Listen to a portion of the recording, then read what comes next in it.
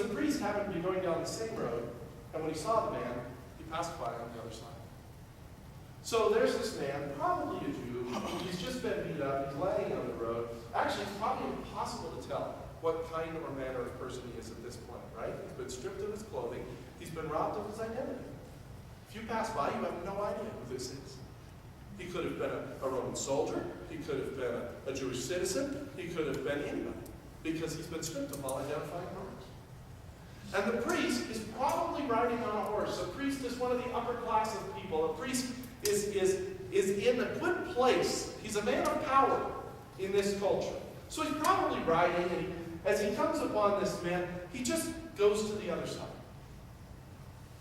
He doesn't even dally. He doesn't even get close enough to try to figure out what's going on. You know what? There could be reasons. Say the priest is on his way to do his priestly duties. You know, one of the things priests are supposed to be very careful about is touching dead people. If somebody's dead and they touch that person, they can't perform their duties. They have to go through this very arduous, very difficult, very cumbersome cleansing process. So he's probably thinking, guy's probably dead anyway. I have no idea what happened. I can't do anything about it, and I got important things to do. So he passes by. It says, so to a Levite, when he came to the place and saw him, passed by on the other side. Levites similar to the priests, not identical, but these two people that Jesus brings in are part of the same kind of people. They're the religious leaders. They're the people that have religious obligations. And they are probably, to be fair to both of them, as fair as we can be, they're probably both on their way to ministry, to important God-ordained ministry, to do things that God told them they're supposed to do.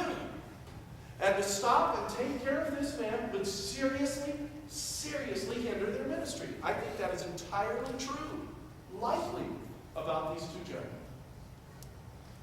And it's the road from Jerusalem to Jericho. No idiot should be traveling by himself anyway. It's probably his own fault he's in this mess. What is he thinking?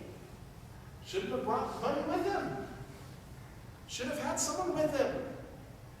You know, this guy makes a silly mistake. I feel bad for him, but I can't help him. I got important God-ordained business. Dictionary Spurgeon says this. He says, I never knew a man refuse to help the poor who failed to give at least one admirable excuse. There's always good reasons not to serve. And I'm totally serious about that. Anytime service comes your way, the opportunity, you will have legitimately good reason not to do it. I guarantee it. We went out and knocked on doors as we were beginning this church, and we watched people's cars. And I tell you, I can think of 10 reasons not to do it. I really could. Someone could get hurt, we might mess up someone's car.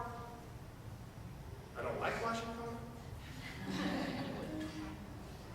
But I could think of numerous reasons not to do it. But a Samaritan, as he traveled, came where the man was, and when he saw him, he took pity on him. He went to him and bandaged his wounds, pouring out oil and wine. Then he put the man on his own donkey, took him to an inn, and took care of him. The next day he took out 2 silver coins and gave them to the innkeeper. Look after him, he said, and when I return, I will reimburse you for any extra expense you may have. Samaritans, to most of the Jews, were worse than Gentiles. Samaritans believed that they shouldn't worship in Jerusalem, but on an entirely different mountain. Samaritans claimed a heritage and an ancestry that coincided with the Jews, and most of the Jews didn't believe it. Most of the Jews thought that the Samaritans came in during one of the periods of exile, and when they returned to build the city and the temple, there's this story in Ezra and Nehemiah, there's this story where these people are living there, and as they come back to build, these people say, let us help you. And the Jews say, no. Many people believe those were the Samaritans. And the Samaritans had this heretical doctrine. It was heretical to the Jews. They believed weird things. When Jesus talks to the woman at the well, she's a Samaritan. And she says, we believe that we're supposed to worship on this mountain, and your Jews believe you're supposed to worship over here, which is true. And Jesus says, that's an irrelevant question, and tells her about who he is. But that was a Samaritan woman. They worshipped in a different place. They were considered cast off. The woman at the well says to Jesus, not only I'm a woman, why are you talking to me? She says, I'm a Samaritan woman. Why are you talking to me? The Jews did not engage Samaritans. They did not talk to Samaritans. They did not like Samaritans. They thought that they were worse than Gentiles because they had this sort of enough Jewishness in them they should know better, and they did not. And they were laying claims to things that the Jews thought only they should lay claim to. It's unclear, by the way, in the annals of history whether they do have a Jewish heritage or not. It's been lost. We don't know. They might not.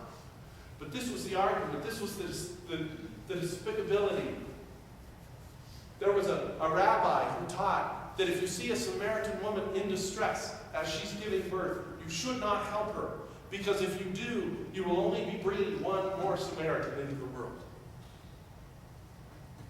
This was a rabbi's teaching. You understand the kind of animosity that exists between the Jew and the Samaritan?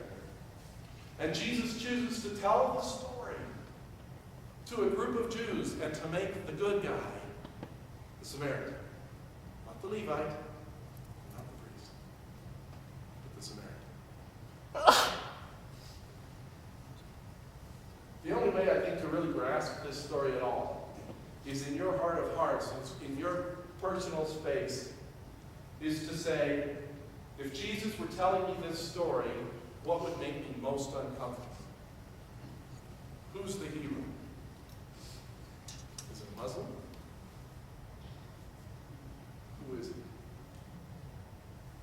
Is it a well-known atheist? Who is it? What would make you most uncomfortable? And rest assured, that's the person Jesus would pick. Because that's what he wants to do. And listen to what this Samaritan does. He gives all his own stuff, doesn't he? His own oil, his own wine, his own donkey, his own money. He gives the innkeeper 2 days' wages. 2 days' wages.